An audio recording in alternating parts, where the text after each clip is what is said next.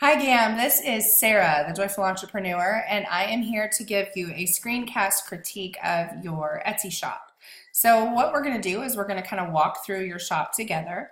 A screencast is where I am recording a portion of my screen so that you can see me going through your shop as I go through it. I'm going to be looking for areas that you may have some opportunities in to change or to update.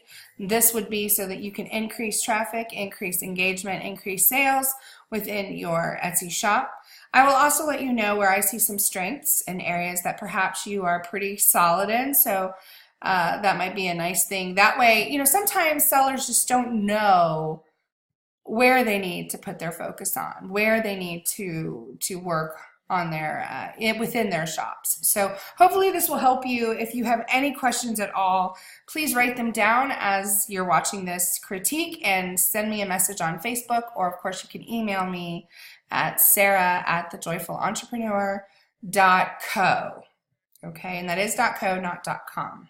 You can also visit my website, www.thejoyfulentrepreneur.co, and just click the Contact Us tab. All right, so let's get started. I'm not sure how long you've been in Flourish. So if you've been in for a while, you may know a lot about what I feel are areas within an Etsy shop that can really help drive sales. If you just joined Flourish, then maybe you're not so familiar with the way that we teach. So I'm just going to pretend like you're not Flourish at all, and we will start from the beginning. So the first thing that I like to touch on is branding. So branding is very important when it comes to running a business, whether it's e-commerce or if you had a brick and mortar store. But really, you can't even talk about branding or think about branding unless you know who your target audience is. So going throughout this screencast critique, you know who your customer is much more than I do. So I am going to kind of gauge, guess at who I think your target market is to determine if I think your branding and your copy and your photos are attracting that group of people.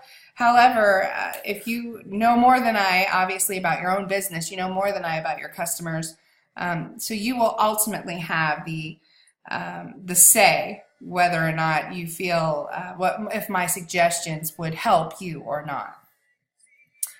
So let's talk about branding for a little bit. When we talk about branding, it isn't just a logo. And so many people think that when we talk about someone's brand, that it's talking about a logo or a design.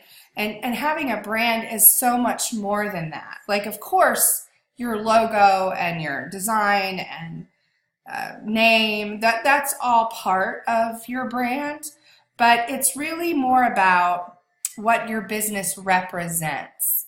It's what kind of theme is around your business. What message does it give off? How do people understand your business, and what do people like about your business? So it's a whole lot of stuff all in one little word, which is brand.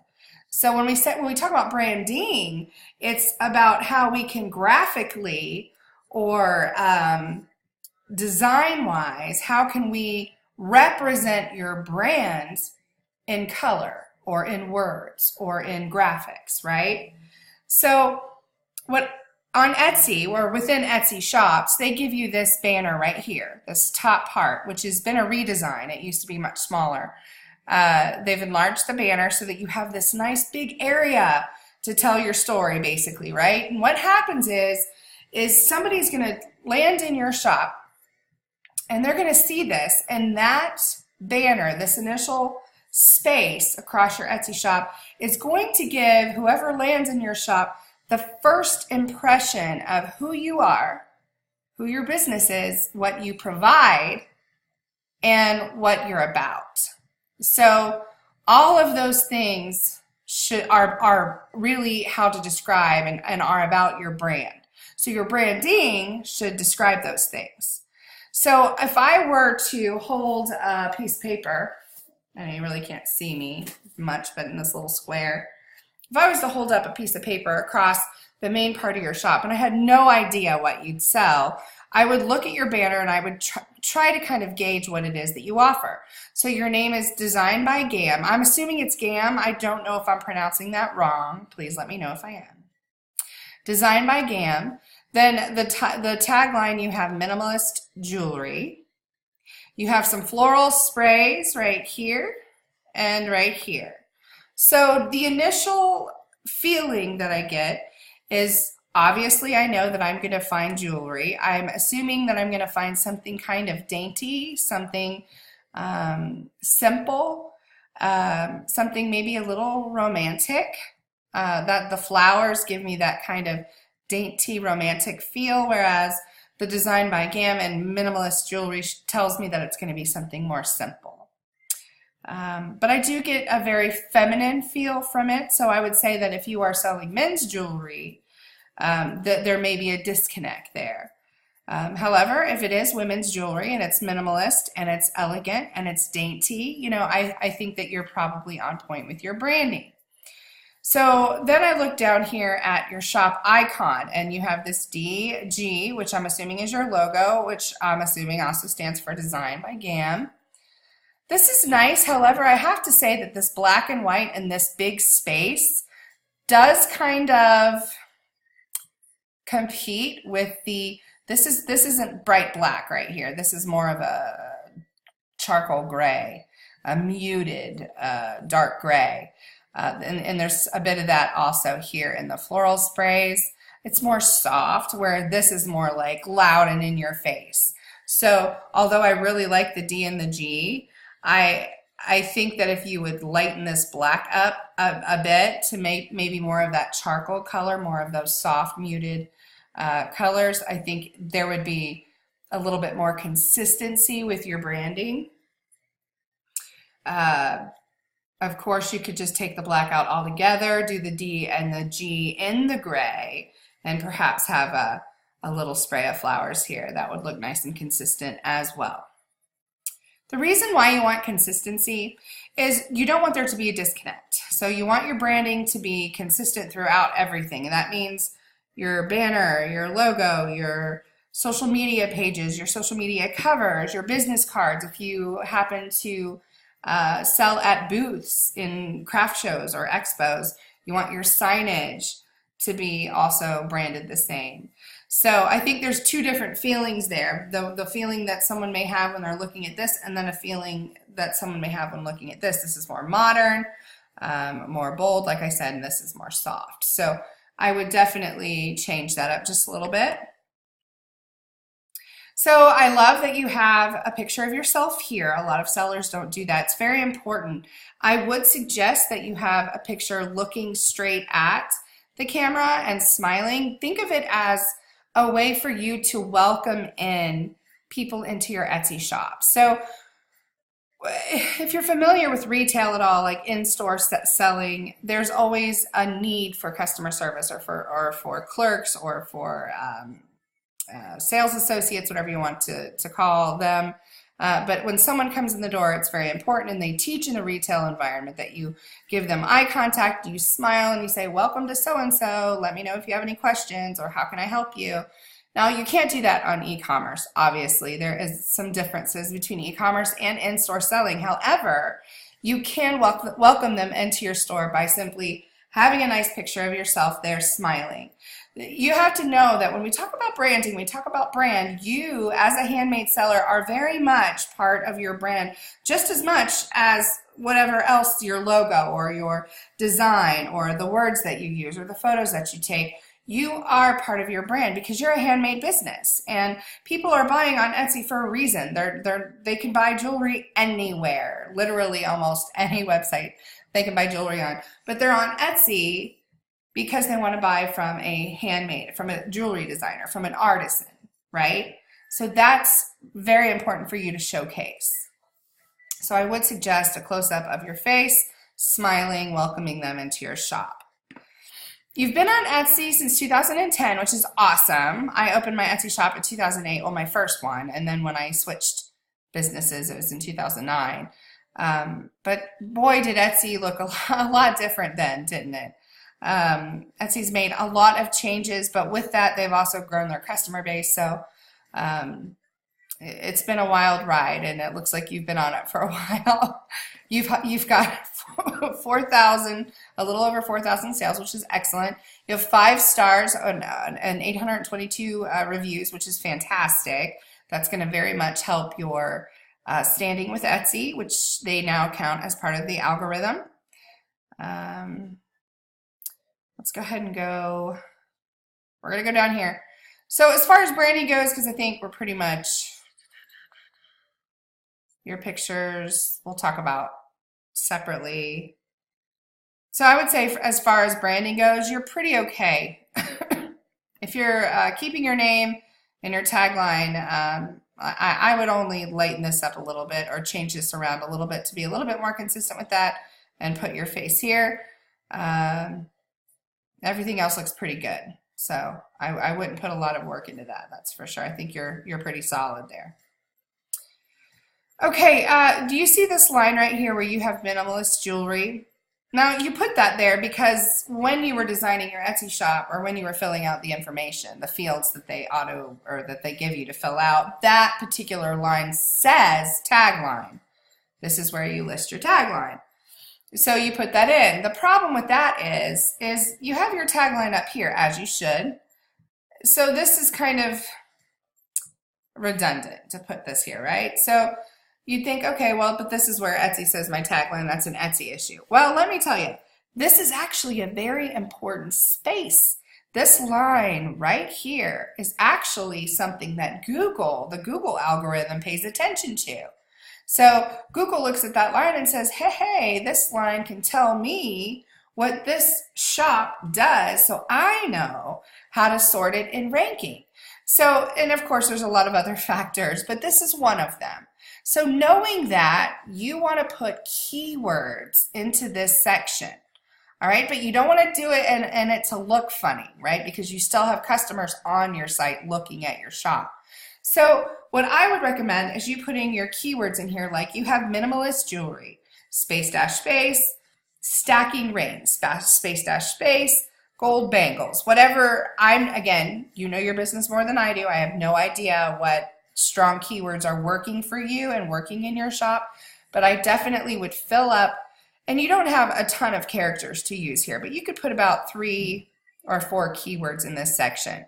So make sure you fill that up, because that, remember, is going to alert Google to let them know that these are things that you offer in your shop. That will help you in ranking when someone is searching for those things. So I would update that.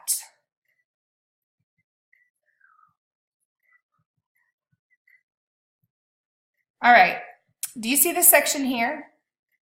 We were kind of talking up above here about keywords and what Google looks at. Well, another section that Google looks at is your section titles, or your category titles. So all of these shop sections, you have hoop earrings, stud earrings, dangle earrings. These are great keywords, and you have them pretty specific. The only way I think perhaps you can make them more specific is if you were to put silver stud earrings or gold stud earrings, but that may not make sense for your shop. So I think that's very good. You have nice, strong keywords in these sections, which again will help you with the Google algorithm. Now, I can actually make a suggestion here. Do you see how your titles kind of are choppy like this? See how they're kind of choppy? That reduces what I call page flow, okay? And what that is how easy the website is on the eyes of the buyer. So whoever's in your shop, for whatever reason, you want them to be super comfortable.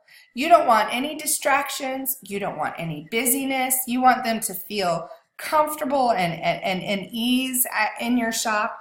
This is organizing this from the shortest to the longest is one of the ways that you can make them feel more comfortable in your shop. So they may not know, when they go in your shop, they may not know what makes them feel uncomfortable, but believe it or not, little things like this can add to them not feeling quite good in your shop. So just take these. It looks like your shortest would be stud earrings, perhaps. No, kids' jewelry. I'm not sure. It might be kids jewelry. So you would put kids jewelry on top, then stud earrings. It then looks like stacking rings, then dangle earrings. Basically, you want it to look like a half a pyramid. So the shortest word here, all the way out to the longest here. Okay? So I recommend doing that. And I think once you do that and reorganize them that way, you will see that it looks much better. You have 120 items, which is fantastic. I do encourage my clients to have over 100 items in their shop. There's no particular reason why. There is no magic number that I'm aware of. It just seems to be that when you're over 100, you get a little bit more traffic into your shop than if you have less than. And that, could just be that you have more keywords out there, you have more of a reach out there, more items on the site. That could be all that it is, but I would try to stay above that number, which you're doing really good. Okay, your shop updates. Let's look at your about page. Okay, so what is so important about an about page? And I get this asked a lot from people that I'm, sellers that I'm working with. They're like, hey, buyers, they're in a hurry. They know what they want. They want to get to it. They don't look through my about page. And I hear that a lot, and it's just not the case. It's just not true. You as a seller may think when you go to buy something from another Etsy seller that you just go to what you need and check out, that you don't really visit their about page, but don't put yourself in the shoes of your buyer. So your buyer is on Etsy for a reason. We talked about that before. So not all of them will go to the about page, but the ones that do, they matter, they count, because those are the ones that are going to be telling their neighbors and telling their hairstylist and telling their banker and telling whoever they talk to when they're walking in with a nice piece of jewelry on and they say, hey, where did you get that? Now that piece of jewelry has a story. And why? Because you are telling the story in your about section.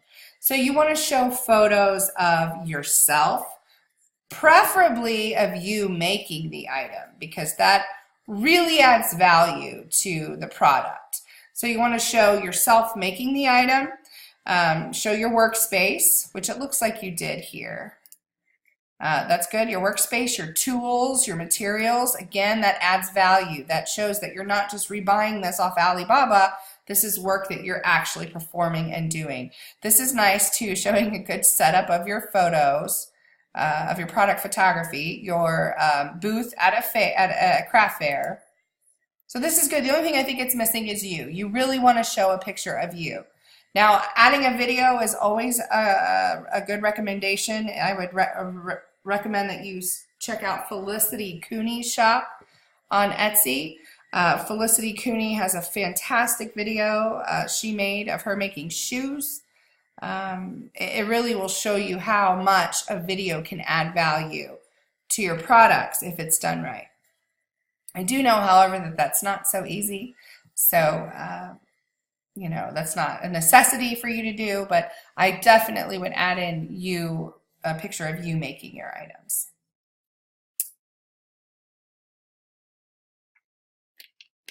Okay, you want to have a good 3 to 4 paragraphs, which it looks like you have. You want to tell your story. Tell people what inspires you. How did you get started? Why are you doing what you do? It's good stuff. It makes it real and it makes you a person. And again, that is what's important about an Etsy shop. Around the web, you have your website here, which is fantastic. You have Facebook, Instagram. If you have a Pinterest, I would put that there as well. It's nice to see that you have a website because you want to start being able to funnel some of the traffic from Etsy over to your website. And you can do that simple ways by mentioning your website in your copy and also sending them a thank you card after you ship out their order and letting them know that they can find you on whatever your website is.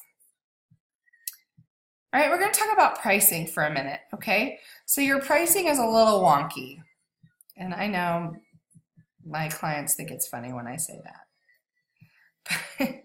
But it is. You got $25 here, $21.99 here, $37 here, $52.49, $24.99, $22, $29, $35. You're all over the place. $19. So let's talk about pricing. First of all, are you located in the US? You are. You're in New Hampshire. All right. So there's a thing called psychology pricing, and this is something that we teach pretty heavily in the Flourish groups. And the reason why we do this is because it works. There's been hundreds, if not thousands, of studies on the e-commerce buyer. The e-commerce buyer is a little different than the in-store shopper. However, one thing that seems to be the same is pricing. So you want to use a 99 or a 95-cent price point after your decimal. That means this $25 item would now be $24.99. This cubic zirconia earrings, this would go to $24.99. So you either would drop that down to $19.99 or $24.99. And I'll tell you about the price increments in a moment. This, you would, again, 99. Now, you don't have to use 99. You can use 95 if you'd like. They both kind of equal out to be about the same. You don't want to use price points like 97 or 98 because that kind of has a clearance, expired, marked down, discontinued connotation along with it. So you want to use the 99 or the 95. Now, that being said, there's still certain increments that work best. So you have $9.99 and below, that's $10 and below. You can price in dollar increments, $9.99, $8.99, $7.99, $6.99, all the way down to 99 cents. Now, after $9.99, there's certain increments. It's pretty much twos, except for it skips 18. So it would be $9.99, then it would jump to $12.99. The next price point would be $14.99, then $16.99, and then it jumps from $16.99 to $19.99. All right, now I know that's kind of weird. I'll say it again, $9.99, $12.99, $14.99, $16.99, then it jumps to $19.99. Anything after $19.99, you can go in $5 increments. So $19.99, $24.99, $29.99, $34.99, so on and so forth. Now me specifically, I kind of like once you hit $49.99, I like to go in $10 increments, but that just really depends on your product and if you can jump that high. Now, why do we do that? Because here in America, we were raised to round. We were taught to round up or to round down. So we don't see things in terms of $23.92. We see it as being under $25. So why would you price something for $22, $23 when you could price it for $24.99? And either way, in the mind of the buyer, it's the same price. So you're leaving money on the table if you don't bump up to just under that price that the person is going to round to. All right. Also, it makes them feel like they're getting a deal of some sort. Not that it's necessarily cheap, but that they're getting a deal because it's under, and there's an emphasis on that under. So like this item right here at $24.99 would be under $25. And under $25 sounds a whole heck of a lot better than $25. You see what I mean? So this too, if you marked it down to $19.99, it'd be under $20. Or mark it up to $24.99, it's under $25. It's also under $25 at $21.99 right now. So you're leaving $3, $4 on the table. Or $2, $3 on the table. All right? So this should be changed to $24.99. This should be either changed to $19.99 or bumped up to $24.99. This, again, $39.99. $24.99. $50. This I would sell this for $49.99 or bump it up to $59. $24.99. $49.99. See, so some of these you'll add to either 99 cents to a few dollars. Some of these you may have to drop down $1. Just you kind of know where that sweet spot is, and if you don't, price them all up. And if you notice a stop or a slowdown, then you'll know you went a little too high and you can mark them back down. But usually most of the people I work with are underpricing, and that's very normal for handmade sellers. And I'm trying to teach you all to, charge what you're worth. Charge what. You don't want to just say, okay, well, my materials are this much, and then I'm going to perform this calculation, and that's not it. You want to pay, you want to charge what the market will pay for, but also if you sell the fact that this is artisan jewelry, which it is, and you do that in your about section, you'll do that in your copy, you'll do that with your pictures and your branding, you can ask those higher prices. I apologize that my dog is barking. My office is right off my deck, and my dog is, I don't know what she sees, but I apologize. She must see a squirrel or a rabbit or something out there. Okay, so yeah, please adjust your prices. I think that you'll find, again, when you make these adjustments of the categories and the prices, it's going to feel so much better in your shop. All right, what else do we got? Let's look at your pictures. So you kind of got a lot going on with your pictures here. Some of your photos look really good. I really like this one is fantastic. You got it on a white background. There's a little bit of a shadow, which looks nice. Sometimes a shadow can really make a picture look really done well if it's placed rightly. Some of these, however, are a little overexposed, meaning that they're just a little too bright. So kind of watch that. Also, remember, your branding is very soft. It's very elegant, dainty, romantic, delicate. So you want to kind of, again, pull that through your photographs. You can do that on just a white background by making it look a little bit more soft. Like this kind of throws everything off. I'm sure that you're working on your photos right now.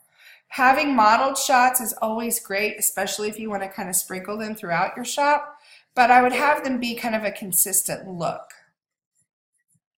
And again, stick with your branding. You want to kind of go with that soft, dainty, minimalist kind of feel to your photos. It looks to me like you're working probably on your photos, but I would get them all to be like, see, this is, I'm not even sure what this is back here. It's a little scary looking. And this is very overexposed to the point that this is kind of turning greenish a little here. So I would probably photograph these very similarly to how you photographed these. And watch your exposure, because again, some of these are so overexposed that they're so bright you can't even see the bottom piece. Okay, now a lot of people would be fine with these photos. I mean, if you look on Etsy, the majority of Etsy sellers take not very good photos. They're quite bad. But that's, you know, part of what we teach in Flourish is to take beautiful photographs, and whether you have to reach out to a product photographer, or if you have to invest in a little bit better camera equipment, or if you're just taught how to take photographs even with what you have, with learning about lighting and staging, you can really have that extra advantage against other sellers by having beautiful photography.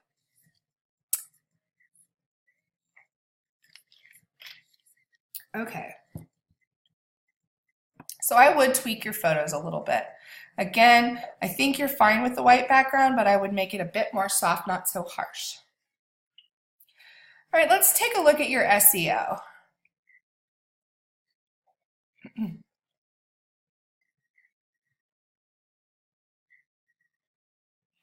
All right, when we talk about SEO on Etsy, because it's completely different when we're talking about SEO on a website. When we're talking about SEO on Etsy, there are a few areas that are really important that you need to look at. One is your listing title right here. The other is your listing tags down here. And then, of course, today is March 27th, which is the day that Etsy Attributes went live. It's very important that if you have keywords that will be relevant in describing your item and you have them available in the item attribute section, you will want to ensure that you have those filled out, because attributes will be a factor in search. Now, when we talk about SEO, we talk about the algorithm. There are many factors. It isn't just how well you keyword your title. It isn't just how well you match those with your tags. It's so many things. One, the keywords that you're using have to be relevant to your item. That's very important to Etsy too. You have to use a combination of both long tail keywords and general keywords so that you get a good mix, you get a good reach out there in the Etsy universe. 3, you want to make sure that you have some recency and some freshness in your shop. This means either adding new items into your shop or renewing the ones that you have now. And I recommend, if you're going to renew the ones that are good sellers for you. 4, popularity. You want to make sure that people are engaging with your shop. This means that they're sharing your listings, they're pinning your items right here with the pin it button, that they're favoriting your items. And you will find a lot of sellers try to take shortcuts, and they go on social media and they play these games, like these like for like posts and like ladders and fave for fave games and click-a-thons and loop giveaways and all these kind of games, but those aren't authentic likes. They're not authentic faves. They're not authentic shares. So people thinking that they can shortcut or trick the algorithm tend to make a big mistake when they do that, because algorithms are smart nowadays and they know and they track behaviors. And if you have a bunch of likes to your shop but nobody else ever comes back to visit your shop, no one ever comes back to buy something from your shop or to add something to their cart, they know it is inauthentic. So you want authentic interaction with your shop, and the only way you can do that is by ensuring that your photos look nice, that your copy looks nice, that your customer service stays up. But when you do that, that really helps the algorithm know, hey, this shop's a popular shop, so we're going to show them more often. Sales is also a part of the algorithm, so you want to make sure that as you're selling things, that you kind of keep that momentum going again by renewing or adding some new items into your shop. Perhaps follow up with customers. Perhaps offer them, when you're done with a customer, send them a thank you note and a coupon code to buy something else from your shop. That will get them to return to buy something else, which again will strengthen that algorithm. Repetition seems to be also very important as far as Etsy goes, at least for now. So what we know is that Etsy loves to see the same keywords that are in your titles down in your tags. Now, what I recommend my sellers to do is to copy their listing title, and then in this section in your shop where you would add your tags, paste them into your tags. This way, you know that the same keywords that are in your titles are also down in your tags. Now, you'll still have probably 5 or 6 tags left that you can add in other things, but having that kind of duplication there will strengthen the SEO. Also, if you take some of these keywords and you have them sprinkled throughout your copy, that will help very well as well. Now let's just check. Now there's a lot of tools out there that you can use to perform keyword research. Now what's keyword research? That's where you basically study and look into what people are using to get to your shop. What are they using to find your listings? In other words, what are they typing into that browser bar? So, something I like about Etsy and Amazon is that they have this auto-populate feature. When you type something into the search bar, it auto-populates all these different keyword phrases. Sorry, my throat's very dry. So I type in leaf, and we got 4-leaf clover, palm leaf, leaf ring, 4-leaf clover necklace, drop leaf table, leaf banana leaf, leaf earrings, leaf necklace. All of these things have been popular search terms over the last 30 days. It's March 27th. We had St. Patrick's Day 10 days ago, so it's probably pretty good information to have, knowing that, hey, St. Patrick's Day was just the other day. And so obviously a lot of people were probably typing in for 4-leaf clovers. However, that's not what you're selling. You're selling leaf earrings. So when I put a space after the F, what comes up? Leaf ring, leaf earrings, leaf necklace, leaf print, so on and so forth.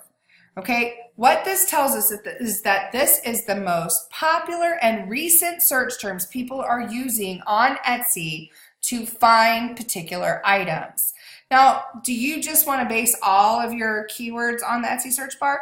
You can, if that works for you. Some people, they need more in-depth information. Like they need to find out if the particular keyword has a lot of competition or if it has a lot of engagement. And there are tools out there that can help you do that. Marmalade is one of them. SEO Book, I think, is another. Etsy Rank is another. The Google Keyword Planner, Market Samurai. There's a bunch of different tools out there on the market that you can use to kind of research your keywords and kind of figure out what kind of interaction and what kind of numbers they're bringing in. I love using the Etsy search bar. To me, it really helped my business. However, do what works best for you. So you have leaf earrings silver. So leaf earrings is a good one. Now leaf earrings silver isn't coming up. What about silver leaf earrings? That is. So I perhaps would change your leaf earrings silver to silver leaf earrings. And then you have leaf jewelry, which is a good one. Oh, there you have silver leaf earrings. You probably don't have to have both of those. Leaf drop earrings.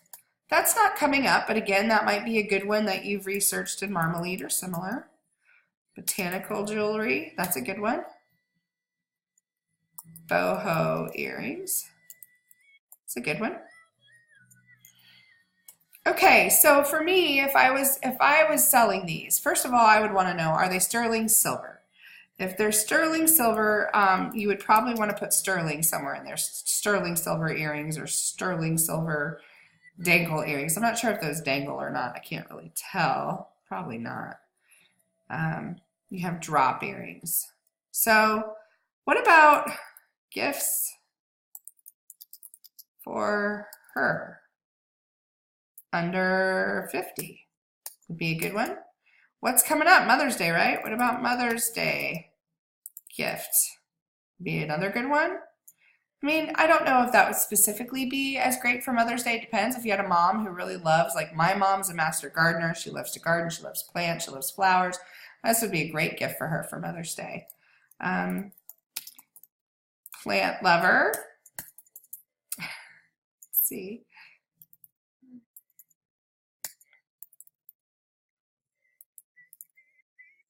Gardener gift or gifts for gardeners, gardener jewelry. So those are ones that you may also want to put near the end. So when you're talking about formulating a title on Etsy, you don't want to just list the keywords that describe the item. You also want to list keywords that the item could be used for, or a gift. It could be given to a person. It could be given to as a gift, or what it could be used for. So you want to also think of those things when you're describing your item, because sometimes people won't be looking exactly for what you're looking for, but they're looking for a gift for gardeners. Put gifts. Yeah, gifts for gardeners. And they'll just know, okay, well, I don't know exactly what I want, but I know that she's a gardener and I know she loves to garden. That's her passion. So I'm just going to look for gifts for gardeners and see what comes up. This would be perfect. Okay. So you just want to also put that in there. I wouldn't put it towards the very front, but I would definitely add in some gift type keywords to your title. I think you have it formulated. I think you have it formatted right. You have space dash space, which is nice. It looks good. It's easy to read. I like it so much better than when people use commas or the little bars. So I think you're doing great there. Let's look at your pictures. Oh, those are very pretty.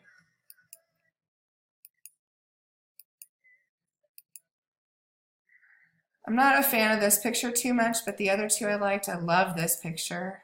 This one's not bad, a little overexposed.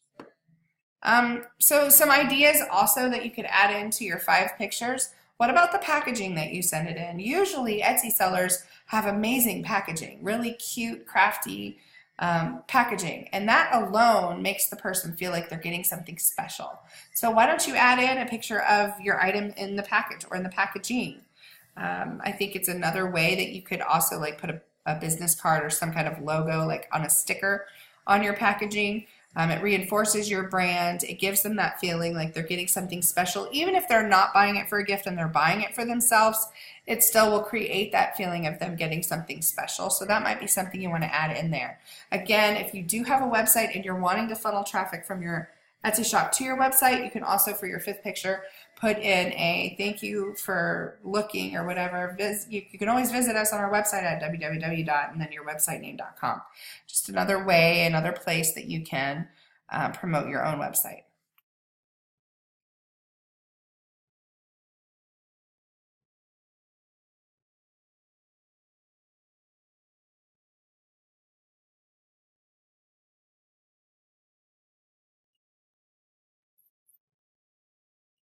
All right, your copy looks good. I would take this sentence out. I know that you're probably trying to sprinkle in some keywords, but you can do that within this paragraph without having this. Also, you have, they can easily be your new go-to earrings this fall. Obviously, we're just getting into spring, so that probably needs to be updated. And I would think leaf earrings would be fine for spring as well. I would do some interlinking. So if you like, I would end your copy with thank you for stopping by my shop. If you'd like to see our other sterling silver earrings, click here. Or if you'd like to see our other drop earrings, click here. And then post the link to that section in your shop. That creates interlinking, which strengthens your SEO. And any extra little bump in ranking is a good thing. Can definitely be helpful. All right, so I think that's pretty much all I got for you right now. I think you're okay on your branding. I would, like I said, soften this up a little bit. I'd reorganize your shop just a little bit so it flows better. Definitely tweak your pricing. That's a big one. Your photography, I think you got a pretty good handle on. Again, watch the exposure to make sure it doesn't look too bright. When it looks too bright, it looks fake. It looks cheap. You want to create that same softness that you have here in your branding. Make sure that your SEO, that you're checking your SEO often, that you're making sure that you're staying up to date on that you're not only using words to describe the item, but also words to describe what someone would buy it for, and then add in some interlinking into your shop. And I think that you will do just fine. You have a beautiful shop. You have a lot of sales. I would just make those tweaks, and I think that you'll see a lot more traffic coming into your shop and people staying in your shop longer and shopping around for a while. So I hope this helps. I can't wait to see the changes that you make. And remember, if you have any questions at all, please write them down, send them to me in a Facebook message. I'll be more than happy to help. Thanks so much. Bye.